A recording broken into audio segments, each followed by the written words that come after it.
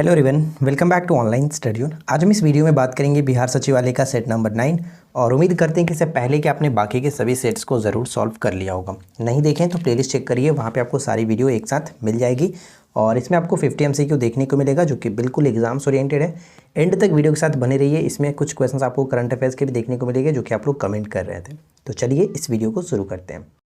सबसे पहला क्वेश्चन है कि निम्नलिखित में से कौन सबसे पूर्वकालिक जैन ग्रंथ कहलाता है? सबसे पूर्वकालिक जैन ग्रंथ कहलाता है। तो ध्यान दीजिएगा, सही आंसर क्या बनेगा? महावीर द्वारा दिए गए जो मौलिक सिद्धांत थे उनको 14 पूर्व में संकलित किया गया। 14 पूर्व में संकलित किया गया और इसे जैन धर्म के प्राचीनतम जो कि धर्म ग्रंथ के रूप में जाना जाता है। तो यहाँ पे सी बिल्कुल सही आंसर हो जाता है। एक प्रश्न ये भी पूछा जाता है कि 12 अंग और 12 उपांग जो किस धर्म से संबंधित है, तो ये भी जैन धर्म से ही संबंधित है, इसे ध्यान रखेंगे। तो सी यहाँ पे बिल्कुल सही है। सेकेंड क्वेश्चन की बौद्ध, जैन और ब्राह्मण धर्मों में कौन सी धारणा एक जैसी है? कौन सी धारणा एक जैसी है? तो राइट आंसर क्या बनेगा? ऑप्शन ए बिल्कुल सही आंसर होगा कि कर्मवाद का जो सिद्धांत है, यहाँ पे बिल्कुल सही आंसर है। कर्मवाद का सिद्धांत तीनों में एक जैसी है। विजयनगर के किस शासक की उपाधि गजबेटकर थी? गजबेटकर। अभी मैंने आपको हाल ही में जो हमारा रिवीजन्स क्लास चल रहा है, मॉर्निंग में रिवीजन्स वाली वीडियो, उसमें विजयनगर साम्राज्य के बारे में मैंने अच्छे तरीके से आपको बताया था। तो उसमें सारी चीज़ें आपको बता दी गई है कि क्या क्या पढ़ना है विजयनगर साम्राज्य से। तो सही आंसर आपने देखा होगा कि गजवेटकर के नाम से हम लोग किसे जानते हैं? देवराय द्वितीय को। इसे इमाड़ी देवराय के नाम से भी जाना जाता है, यानी सही आंसर हो जाएगा ऑप्शन बी। और इसके समय में एक फारस यात्री भी आया हुआ था जिसका नाम क्या था? अब्दुल रजाक। ठीक है, अब्दुल रजाक जो कि इसके समय में आया हुआ था। चलिए इसके बाद आगे बढ़ते हैं और क्वेश्चन नंबर 4। समुद्रगुप्त ने निम्नलिखित में से कौन सी उपाधि धारण नहीं की थी? ध्यान दीजिएगा, नहीं की थी। कौन सी उपाधि धारण नहीं की थी? तो सही आंसर ऑप्शन डी, विक्रमादित्य की उपाधि जो कि इन्होंने धारण नहीं किया था। यहाँ पे राइट आंसर हो जाएगा ऑप्शन डी। चलिए अगला प्रश्न है कि अमरकोश के लेखक अमर सिंह किस शासक के दरबार से जुड़े थे? अमरकोश के लेखक अमर सिंह जो थे वो किस शासक के दरबार से जुड़े हुए थे? तो राइट आंसर हो जाएगा ऑप्शन डी, चंद्रगुप्त द्वितीय। चंद्रगुप्त द्वितीय यहाँ पे बिल्कुल सही आंसर बन जाता है। क्वेश्चन नंबर 6 है कि किसे अंतिम महान पेशवा के नाम से जाना जाता है? अंतिम महान पेशवाओं में से एक माना जाता है, तो माधव राव यहाँ पे बिल्कुल सही आंसर बनेगा, Madhav Rao. Question number 7, butterfly stock शब्द का संबंध किस से है? बटरफ्लाई स्टॉक का संबंध किस खेल से है, बताइए। तो बटरफ्लाई स्टॉक तैराकी संबंध होता है, फ्री स्टाइल भी इसी के अंतर्गत आता है। ये दोनों बार बार पूछे जाते हैं, याद रखेंगे। निम्नलिखित समितियों में से किस समिति ने भारत में वित्तीय क्षेत्र सुधारों की जांच की और उससे सुझाव दिए थे? किस समिति ने भारत में वित्तीय क्षेत्र से सुधारों की जांच की और उस पर कुछ सुझाव दिए थे? वो समिति कौन सी है? तो सही आंसर हो जाएगा ऑप्शन सी, नरसिंह समिति। ठीक है, नरसिंह समिति, ऑप्शन सी को टिक करेंगे। क्वेश्चन नंबर 9 देखिए, राष्ट्रीय ऊर्जा संरक्षण दिवस प्रत्येक वर्ष कब मनाया जाता है? राष्ट्रीय ऊर्जा संरक्षण दिवस प्रत्येक वर्ष कब मनाया जाता है? तो राइट आंसर क्या बनेगा? तो ऑप्शन हम सी पे जाएंगे, 14 दिसंबर। ठीक है, 14 दिसंबर यहाँ पे बिल्कुल सही आंसर होगा। प्रत्येक वर्ष राष्ट्रीय ऊर्जा संरक्षण दिवस के रूप में मनाया जाता है। सबसे बड़ी झील कौन सी है? विश्व की सबसे बड़ी झील कौन सी है? तो यहाँ पे देखिए, ये नहीं कहा जा रहा है कि कौन सी, मीठे पानी की या फिर खारे पानी की। तो अगर क्वेश्चंस में एक्चुअली क्वेश्चंस थोड़ा सा मिस्टेक हैं, तो ध्यान दीजिएगा, क्वेश्चंस में आपसे मेंशन रहेगा कि मीठे पानी की झील या फिर खारे पानी की झील। तो खारे पानी की झील कहा जाता तो यहाँ पे हम कह सकते थे कैस्पियन सागर, लेकिन वैसे भी इसमें कुछ नहीं कहा गया है। तो सबसे बड़ी झील तो आपका कैस्पियन सागर ही होगा जो कि खारे पानी की झील है। ठीक है, कैस्पियन सागर। और मीठे पानी की सबसे बड़ी झील सुप्रियर झील होता है। तो यहाँ पे फिलहाल सही आंसर आपका हो जाएगा ऑप्शन हम बी पे टिक करेंगे। ठीक है, ऑप्शन बी बिल्कुल सही आंसर बन जाता है। अगला प्रश्न है कि किसी तत्व की परमाणु संख्या खाली स्थान की संख्या होती है। परमाणु संख्या बताइए कि किसकी संख्या होती है? तो परमाणु संख्या नाभिक में प्रोटॉन की संख्या, यानी प्रोटॉन की संख्या परमाणु संख्या को ही कहते हैं। प्रोटॉन की संख्या परमाणु संख्या के बराबर होती है। तो ध्यान रखिएगा, ऑप्शन सी बिल्कुल सही आंसर बन जाता है। ताप बढ़ने पर अर्धचालक की चालकता पर क्या प्रभाव पड़ता है? ताप बढ़ने पर अर्धचालक की चालकता पर क्या प्रभाव पड़ता है?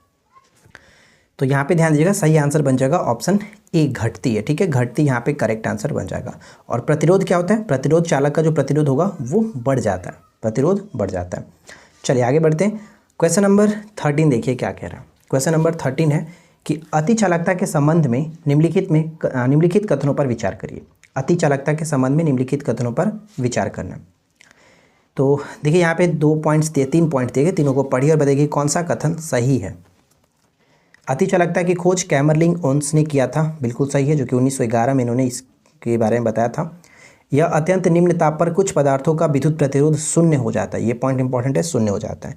4.2 केल्विन पर पारा अति चालकता बन जाता है, अति चालक बन जाता है। तो यहाँ पे तीनों के तीनों पॉइंट्स बिल्कुल सही है, इसलिए हम ऑप्शन डी को टिक करेंगे। राइट आंसर हो जाएगा option D. Question number 14, alpha किरणें हैं, बताइए कि अल्फा किरणें होते हैं, अल्फा किरण जो होते हैं वो हीलियम के आयन होते हैं। हीलियम के आयन यहाँ पे He++ आयन, बिल्कुल सही आंसर होगा ऑप्शन बी। और ध्यान दीजिएगा कि अल्फा जो होते हैं जिसकी आयनन क्षमता जो होती है सबसे क्या होता है, आयनन क्षमता सबसे ज़्यादा होता है, आयनन क्षमता सबसे ज़्यादा अल्फा किरण की होती है। अगला प्रश्न कि निम्न में से कौन सी उष्ण महासागरीय धारा है, उष्ण महासागरीय धारा है, क्या बनेगा राइट आंसर, उष्ण महासागरीय धारा। तो ऑप्शन ए को टिक करेंगे, जो कि गल्फ स्ट्रीम की जो धारा है इसको कहते हैं। और अगर आपने महासागरीय धारा संबंधित हमारी वीडियोज़ को नहीं देखा है तो जाकर के आप चेकआउट कर सकते हैं।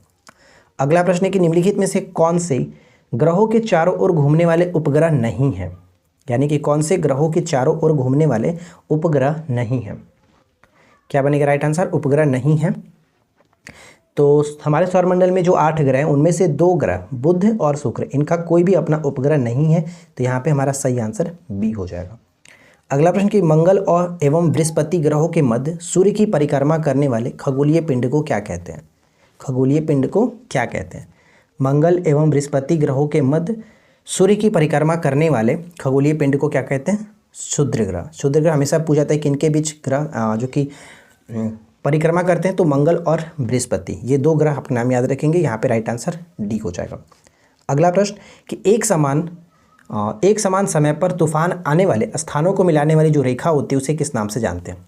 मानचित्र पर एक समान समय पर तूफान आने वाले स्थानों को मिलाने वाली रेखा को किस नाम से जानते हैं, तो ऑप्शन बी हो जाएगा आइसोब्रांट। आइसोब्रांट बिल्कुल सही आंसर है, ऑप्शन बी। नेक्स्ट क्वेश्चन देखिए, 10 लाख हाथियों की भूमि के नाम से कौन जाना जाता है, 10 लाख हाथियों की भूमि के नाम से किसे जानते हैं, या फिर इसे 1000 हाथियों के देश के नाम से भी जाना जाता है, मतलब इस चीज़ को ध्यान रखिएगा, ठीक है। तो इस प्रश्न का राइट आंसर क्या बनेगा, करेक्ट आंसर हो जाएगा ऑप्शन ए, यानी कि लाओस, ठीक है, लाओस बिल्कुल सही आंसर हो जाता है, ठीक है। अगर क्वेश्चन पूछा जाता है कि सफ़ेद हाथियों के देश के नाम से किसे जानते हैं, तो वहाँ पे थाईलैंड को टिक करते हैं, सफ़ेद हाथियों के देश के रूप में जाना जाता है थाईलैंड। जबकि 10 लाख हाथियों की भूमि या फिर 1000 हाथियों की भूमि इस तरह से कहा जाए तो लाओस को टिक करेंगे। और लाओस जो है वो दक्षिण एशिया का एकमात्र स्थलरूढ़ देश होता है, ये भी याद रखेंगे। स्थलरूढ़ का मतलब क्या होता है, लैंडलॉक कंट्रीज, ठीक है, यानी कि जिसकी भूमि जो होती है वो समुद्र से नहीं टच करता, उसे कहते हैं। अगला प्रश्न कि निम्नलिखित में से कौन सुमेलित नहीं है, तो बताइए यहाँ पे कौन सुमेलित नहीं है। तो देखिए लोकटक झील मणिपुर में बिल्कुल सही, पूर्वोत्तर भारत का एकमात्र मीठे पानी की झील है। सांबर झील खारे पानी की झील राजस्थान में। लोनार झील ये भी आपका महाराष्ट्र में बिल्कुल सही है, ज्वालामुखी से ये निर्मित हुआ था, मतलब कि आपको पता ही होगा। तो और यहाँ पे डी बिल्कुल जो कि गलत होगा, क्योंकि ये हुसैन सागर झील कर्नाटक में नहीं है। हुसैन सागर झील बेसिकली बात करें तो कह सकते हैं तेलंगाना, और ये हैदराबाद सिकंदराबाद के बीच में पड़ता है। हैदराबाद सिकंदराबाद जो जुड़वा नगर है इनके बीच में ये पड़ता है हुसैन सागर झील, तो कर्नाटक के साथ इसका कोई संबंध नहीं होता है, इसलिए डी को टिक करेंगे। अगला प्रश्न है कि हाल ही में खबरों में देखा जाने वाला सेनकाकू द्वीप समूह एक विवादित क्षेत्र है। सेनकाकू द्वीप जो है विवादित क्षेत्र है किन 2 देशों के बीच, तो चीन और जापान यहाँ पे राइट होगा, चीन और जापान, ऑप्शन बी, चीन और जापान। नेक्स्ट वन की धूमकुरिया किस जनजाति की सामाजिक संस्था है, धूमकुरिया किस जनजाति की सामाजिक संस्था है, ओराव, ठीक है, ओराव जनजाति आपको पता होगा, ओराव या फिर उराव कहा जाता है, जो कि छोटा नागपुर क्षेत्र में देखने को मिलते हैं। धूमकुरिया यहाँ पे ऑप्शन ए को टिक करके आगे बढ़ सकते हैं। भारत की कुल जनसंख्या में बिहार का जनसंख्या क्या है, क्या प्रतिशत है, यानी बिहार की जनसंख्या जो भारत की कुल जनसंख्या की कितना प्रतिशत है, तो सही आंसर ए को टिक करेंगे, 8.60%, यानी 8.6% सही होगा। निम्नांकित में से एक युग्म सुमेलित नहीं है, वो हमें बताना है कि कौन सुमेलित नहीं है, कौन सुमेलित नहीं है। अभी जस्ट मैंने आपको पंचवर्षीय योजना पे एक वीडियो बनाया है रिविजन्स क्लास में, तो अगर आपने नहीं देखा तो देख लीजिएगा। तो उसमें आपको बताया गया था कि दूसरी पंचवर्षीय योजना थी जिस पे भारी उद्योगों पर विशेष जोर दिया गया था, पीसी मालवनिस मॉडल पर आधारित था। तो उसमें हमने देखा था कि राउल केला जर्मनी, पश्चिमी जर्मनी बेसिकली होता है, तो ये ध्यान रखिएगा। भिलाई पूर्व सोवियत संघ यानी कि जिसको अभी वर्तमान में रूस के नाम से जानते हैं। दुर्गापुर यानी ब्रिटेन बिल्कुल सही था, लेकिन बोकारो यहाँ पे गलत है, क्योंकि बोकारो जो कि तीसरी पंचवर्षीय योजना के अंतर्गत इसको स्थापित किया गया था पूर्व सोवियत संघ की सहायता से ही, तो ये पॉइंट आपका गलत होगा। राइट आंसर, हम डी को टिक करके आगे बढ़ेंगे। ठीक है, बाकी ऊपर के जो 3 हैं ये दूसरी पंचवर्षीय योजना के अंतर्गत, बोकारो तीसरी पंचवर्षीय योजना के अंतर्गत स्थापित किया गया था पूर्व सोवियत संघ के सहयोग से। अगला प्रश्न कि हाल ही में भारत के 14वें जो कि कैग कह सकते हैं के रूप में किसे नियुक्त किया गया?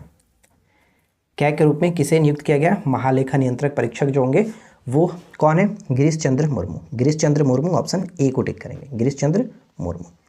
इसके बाद नेक्स्ट क्वेश्चन देखिए क्या कि भारत के संविधान के 36 से 51 तक की धाराओं में राजनीति के निर्देशात्मक सिद्धांत उन धाराओं की पहचान करें जिसमें गांधी जी के सिद्धांत हैं, यानी गांधीवादी जो विचार हैं राज्य के नीति सिद्धांत में कौन कौन से हैं।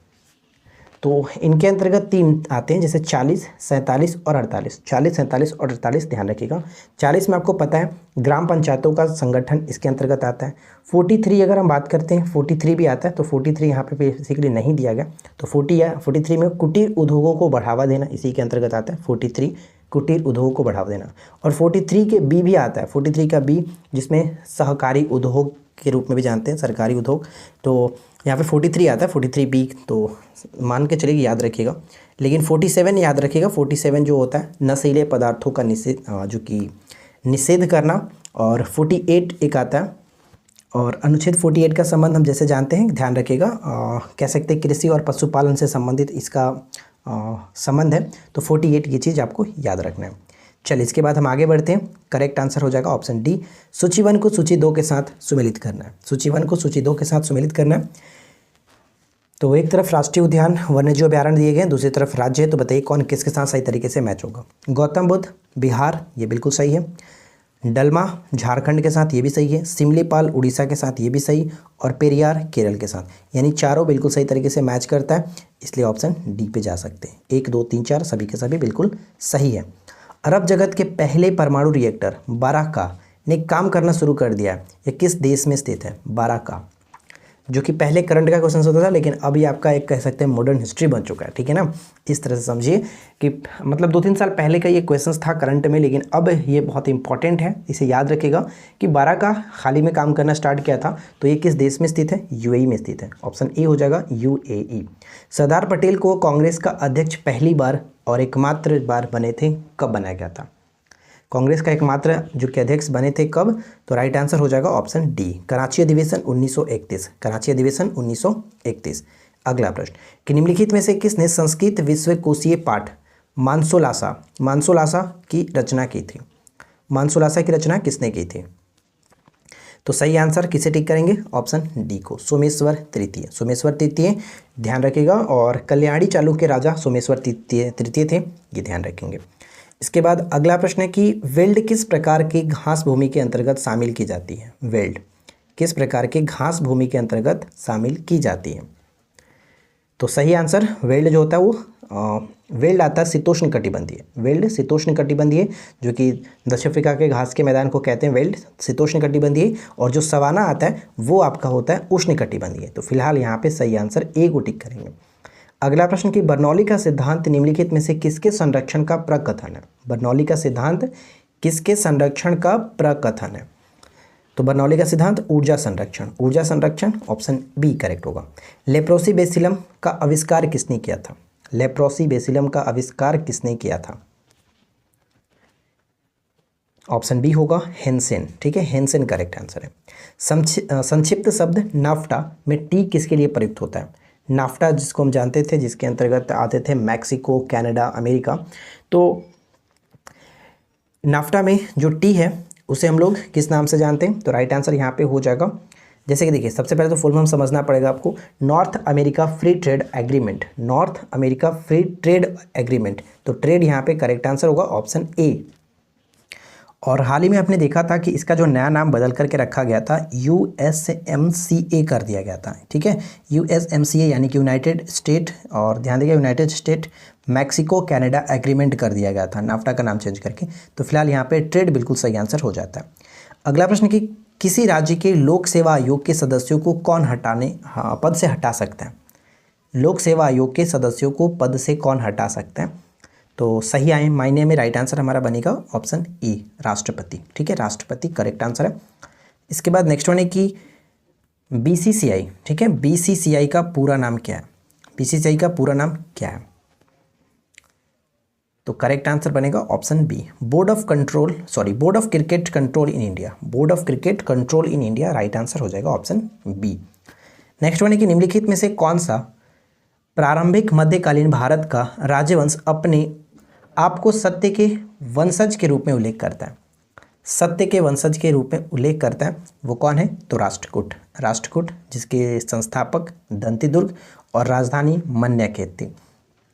निम्नलिखित में से कौन सा कथन सही नहीं है। ध्यान दीजिएगा, कौन सा कथन सही नहीं है, बताइए निम्नलिखित में से कौन सा कथन सही नहीं है।